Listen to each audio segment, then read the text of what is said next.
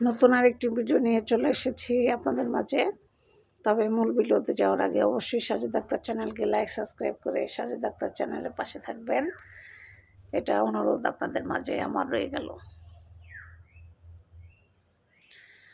তো যে ভিডিও নিয়ে হাজির হয়েছি আজকে আমি আপনাদের মাঝে, সেটা হচ্ছে আমার সৎ শাশুড়ি, মানে আমার শ্বশুরের দ্বিতীয় স্ত্রী আমাকে দেখে আমার বোনের বাড়িতে। তো দেখার পর উনি মনে করছে আমি খুব সহজ সরল একজন মেয়ে। মনে করার পর উনি ওনার ছেলের জন্য আমাকে বউ করে ওনাদের বাড়িতে নিয়ে যায়। আমার শ্বশুর আপনার প্রায় 7-8টা বাড়ি, প্রায় প্রত্যেকটা বাড়ি 8তলা 9তলা করে, 10তলাও আছে। এগুলো সবগুলো ভাড়া টাকা উঠায় আমার হচ্ছে সৎ শাশুড়ি। তো আমার শ্বশুরের ঘরের ছেলে একজনই, যার জন্য বউ করে আমাকে আনছে। মানে আমার স্বামী, আমার শ্বশুরের একটাই ছেলে। তো আমার শাশুড়ি আপনার যে প্রথম যে আমার শাশুড়ি, মানে বড় বউ যাকে বলে আমার শাশুড়ি প্রথম, উনি মারা গেছে ক্যান্সার রোগে আক্রান্ত হয়ে। তারপর আমার এই সৎ শাশুড়ি বউ হয়ে আজকে প্রায় 15-20 বছর সংসার করতেছে আমার এই শ্বশুরের সাথে। তখন আমার হাজব্যান্ডের বয়স আপনার 10 থেকে 15 বছর এরকম। তো আমাকে বউ করে নিয়ে আসে, ভাবছে আমি সহজ সরল সাদা সিধা মানুষ, এই জন্য যে তার টাকা পয়সা বা কোনো কিছুর প্রতি আমি কোনো আকৃষ্ট হব না বা কোনো হিসাব নেব না, কোনো কিছু কি করে না করে কিছুই জানতে চাইব না। উনি ভাবছিল এটা। তো আমার বিয়ের প্রায় 5 বছর হয়ে যায়, হয়ে যাওয়ার পর আমার একজন সন্তান হয়।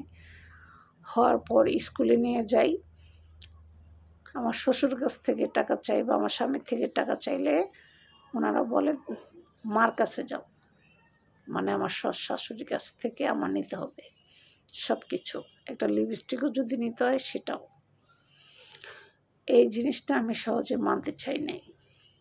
আমার কথা হচ্ছে আমার শ্বশুরে এত কিছু, আমার স্বামী একটাই ছেলে, তো আমি কেন আমার শাশুড়ি থেকে নেব? তা আবার উনি সৎ শাশুড়ি, আমার আপন শাশুড়ি না। তখন আমি আমার শ্বশুরকে বলছি যে আপনার তো 8-10টা বাড়ি, একটা বাড়ি আপনার ছেলের নামে লিখে দেন, ওই বাড়ি ভাড়া দিয়ে আমি আমার সন্তানকে পড়াশোনা করাবো।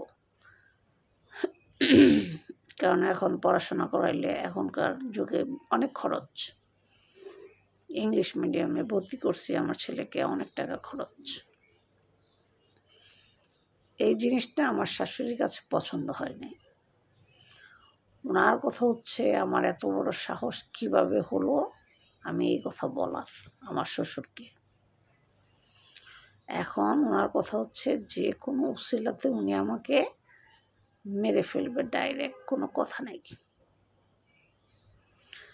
এখন উনি আমাকে দুধ এনে দেয়, গরম গরম দুধ, ভালো ভালো খাবার রান্না করে খাওয়ায়। হঠাৎ করে আমার সন্দেহ হয়ে যায়, কি ব্যাপার, এত ভালো যত্ন আদর বিয়ের সূচনা থাকে তো উনি কখনোই এত সুন্দর আচরণ আমার সাথে করে নাই। হঠাৎ করে এরকম বিহেভ করতেছে, কারণ কি?